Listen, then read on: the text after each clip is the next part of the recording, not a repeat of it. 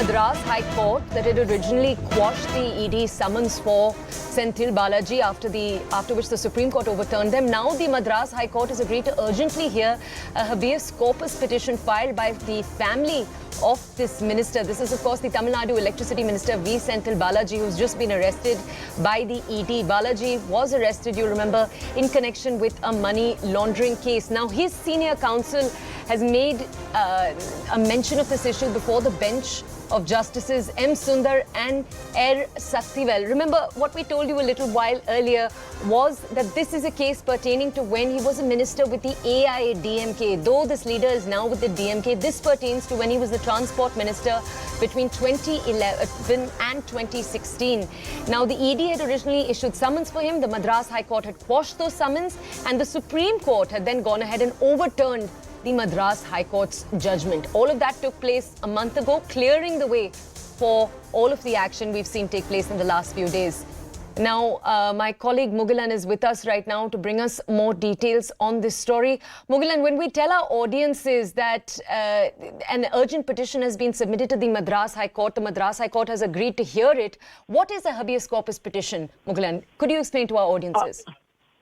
This petition was moved by Senthil Balaji's wife before the Madras High Court and sought an urgent hearing in this matter. And when the mentioning was made before the two-judge bench, it was stated that since yesterday is 7 a.m., the inquiry was conducted by the ED, and he has been arrested without any proper summons or notice, is what the advocates have informed the court. And they have also stated that they have pressured Senthil Balaji to an extent where he has to be hospitalized, and he has also and the petitioner has also says that the ED department have arrested Senthil Balaji illegally. So after hearing the submissions, now the court have said if the petition is filed following all the procedures, then it will be taken up for hearing around 2:15 p.m.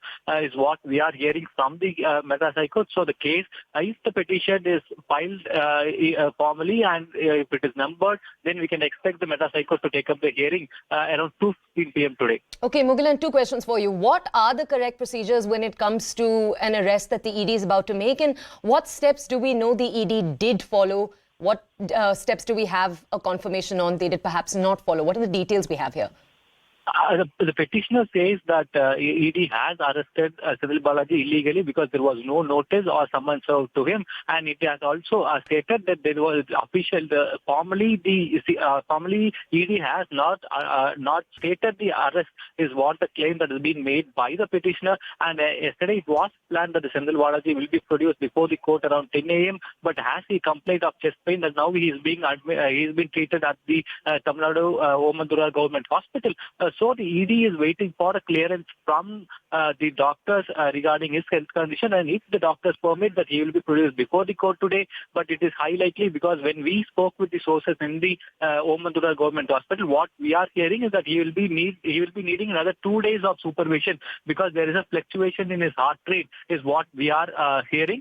So in all likelihood, Senthil Balaji might not be get produced before the court today by the ED, but the petitioner has sought an urgent hearing, and if the petition is done properly, then it will be taken up for hearing around 2:15 p.m. today. Okay, Mugilan, if I could just request you to stay with us, I'm going to go back to our colleague Purnima. Purnima, this is a very, very complicated investigation, one that we know has gone from the Madras High Court to the Supreme Court actually overturning what the Madras High Court had to say.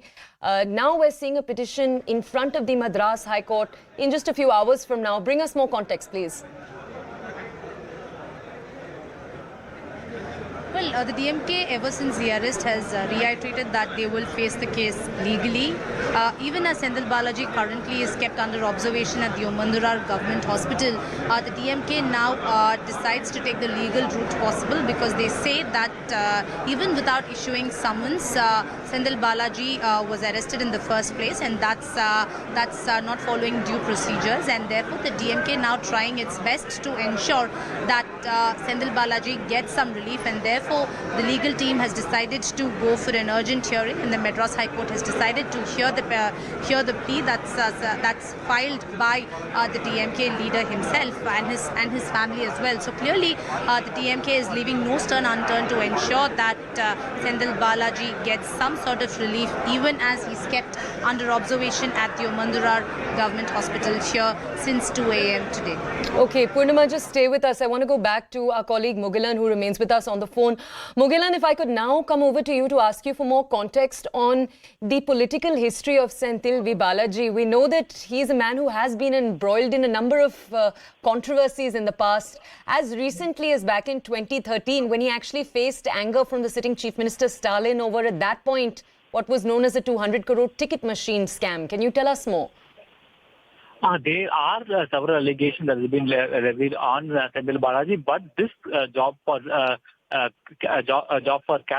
case scam have reached Madras High Court, and we have seen that for the first time a compromise was reached between Senthil Balaji and the person who have given the money for jobs, and we even saw the Madras High Court allowing that to happen, and then after Supreme Court's interference, we saw the Madras High Court's order was overturned. So yes, Senthil Balaji has been a man of controversy, and after he joining DMK, we have seen that he was given important portfolios, and he was made in charges for the west zone of Tamil Nadu, and he was given prominence in DMK, and he also rose to a rank where he was considered as one of the most close confidant of DMK President M.K. Stalin, and that is why now we are seeing more than 16 ministers queuing up at the Omandurar Hospital to inquire about his health, and we even saw the Chief Minister visiting Senthil Balaji at the hospital, and he has in the statement, Chief Minister has stated that it is complete political vendetta, and the DMK will stand by Senthil Balaji. So definitely yes, even though he's been a man of controversy due to his political acumen, we are seeing that DMK is standing in support of Senthil Balaji in this matter. Okay, Mugilan, stay with us. Let's go back to my colleague Purnima, who's with us outside the hospital where the Tamil Nadu minister is currently stationed.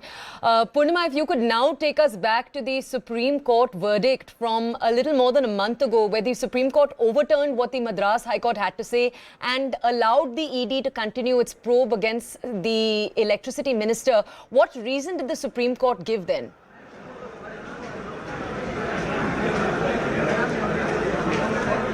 Well, Toya, the Supreme Court had directed the Enforcement Directorate that it can go ahead continuing to probe into the money laundering case, and saying that there's no harm if there should be a thorough probe and a fresh probe into this. There is no harm, and therefore directed the ED to conduct a fresh probe into the job scam case. And ever since the Supreme Court had given this directive, the BJP immediately met with Governor R.N. Ravi and submitted a memorandum saying that the minister should step down till the ED completes his probe, so that a fair and thorough investigation and probe be conducted in this case, is something that the BJP said.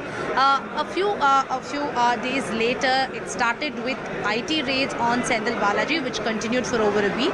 And yesterday at around 7 to 7:30 a.m., ED officials reached Senthil Balaji's premises. The IT raids was a different topic altogether, but with regards to ED, it was in line with what the Supreme Court had said, that the ED should continue its probe into the money laundering case. This dates back to 2014, when there were candidates who alleged that they were duped and they had to pay a bribe to get government jobs, and they reportedly paid a bribe to Senthil Balaji. And ever since then, they have been taking the legal route forward, and this is something that has been going on since 2014.